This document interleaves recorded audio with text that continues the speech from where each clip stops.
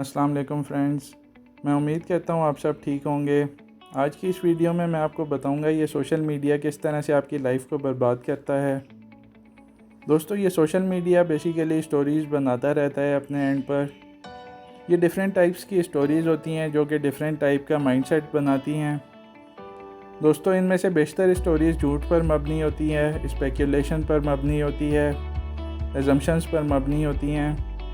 ये सोसाइटीज़ में बिगाड़ पैदा करने के लिए बेसिकली इसको यूज़ किया जाता है। इसके अलावा आजकल तो ये बड़ा कॉमन है कि ये 5th जनरेशन वॉरफेयर के लिए भी इस्तेमाल हो रहा है। इसलिए दोस्तों, खुद को इस तमाम जो बम्बार्डमेंट है सोशल मीडिया की, इससे दूर रखें, अपने आप को इससे सेव करें। कोई भी ओपिनियन बिल्ड करने से पहले देखें कि उस मटेरियल में रियलिटी भी मौजूद है या नहीं है।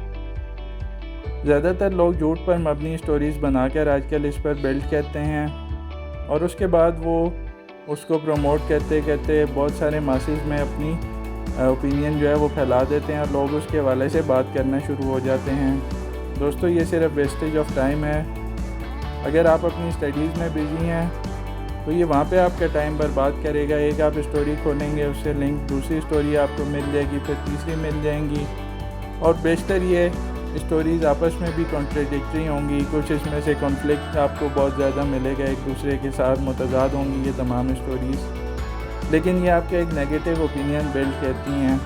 दोस्तों, इन चीज़ों से बचें। अपनी लाइफ में अगर कुछ अचीव करना है तो अपनी स्टडीज़ पर मेहनत करें। अपने फ्यूचर को ब्राइट बनाने के लिए अपनी लाइफ में जो अपना प्रोफेशन है उस पर हार्ड वर्क करें।